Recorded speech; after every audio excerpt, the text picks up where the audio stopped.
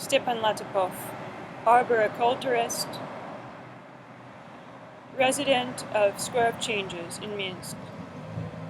Age 41.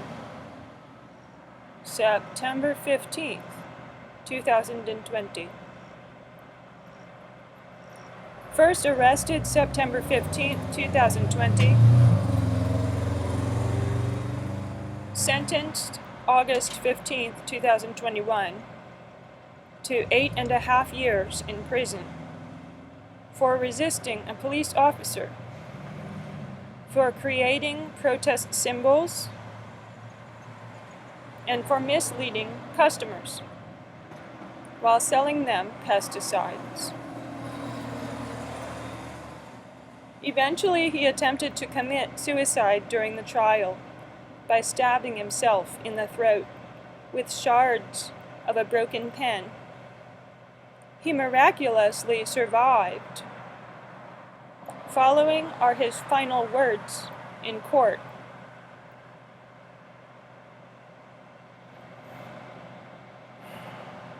I hope the High Court will realize to the fullest extent how many smart and loving people are waiting to hear this verdict in order to decide.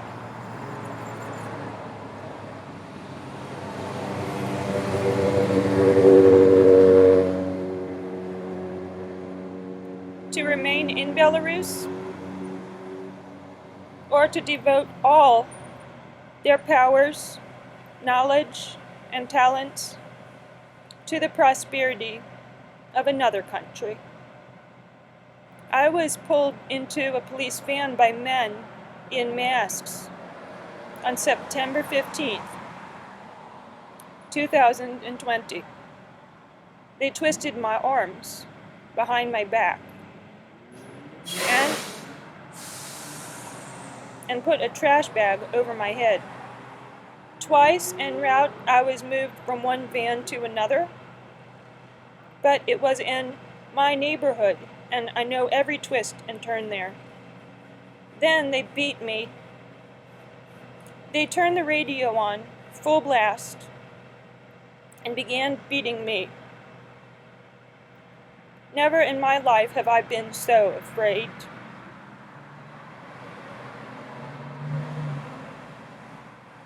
These masked men hit me on the arms and legs with clubs, all together and one by one. They twisted my arms and legs behind my back, making the so-called swallow position. And they beat my ears with their fists and open palms so hard I felt like a grenade was exploding in my head. They beat my buttocks with clubs so hard that no bruises were even left. I could not sit for 3 weeks after that.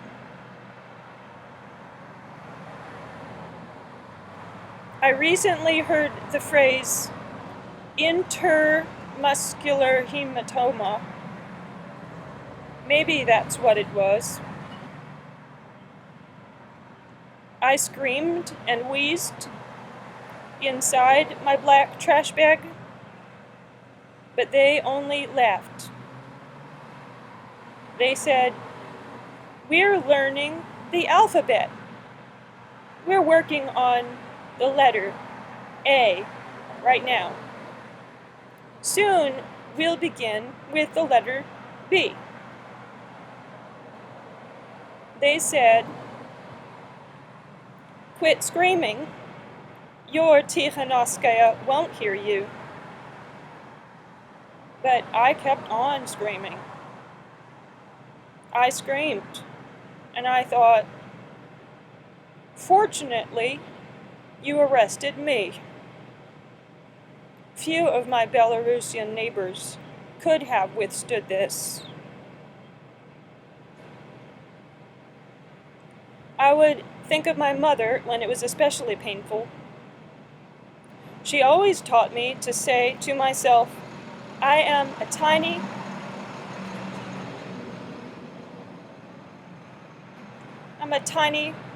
little hedgehog. Nothing can hurt me at all.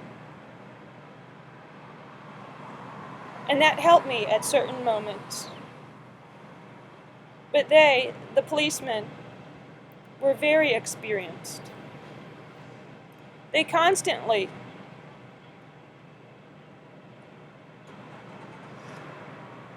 cut out my name, and I could never lose consciousness. I began preparing to commit suicide immediately after my interrogation.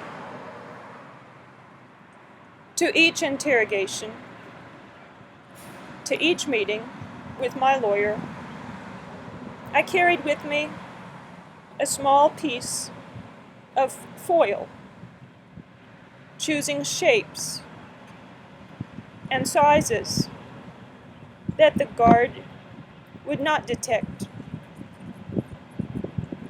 In exchange for a packet of coffee, a hardened killer explained in detail how searches were conducted,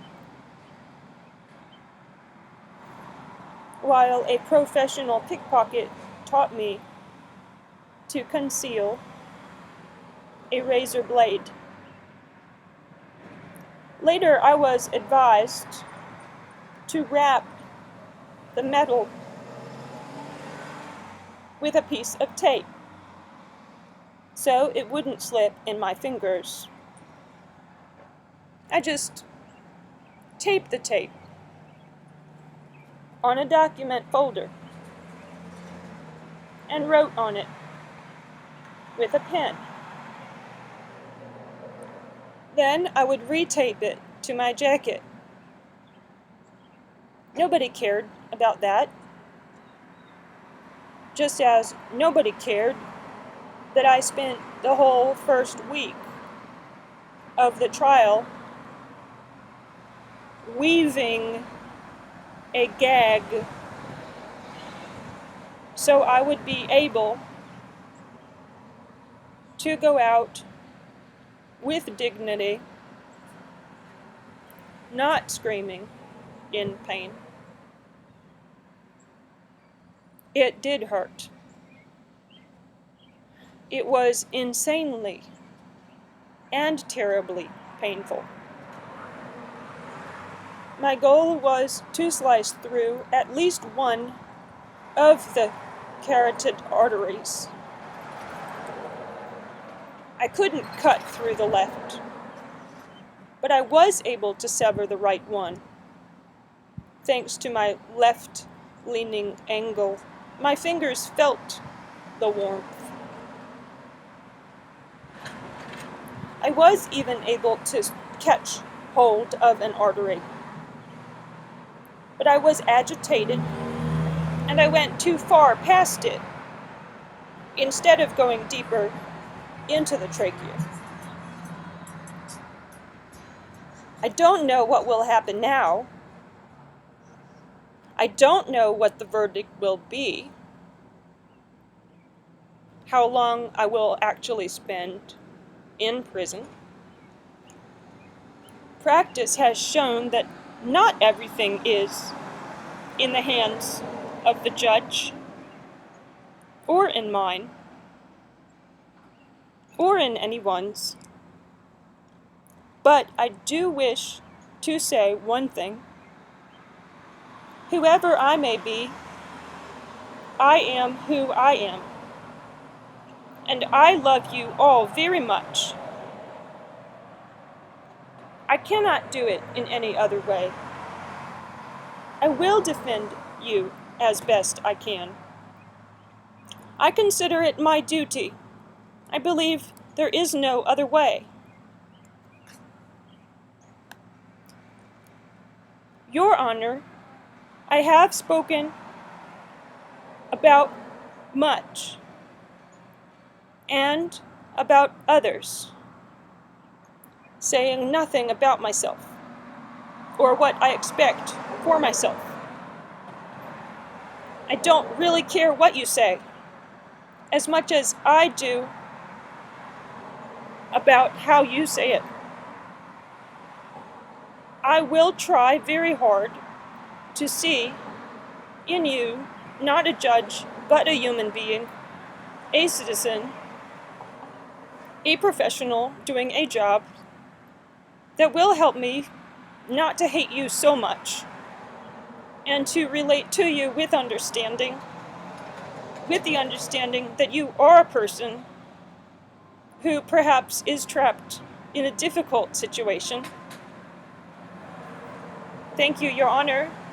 That is all I have to say.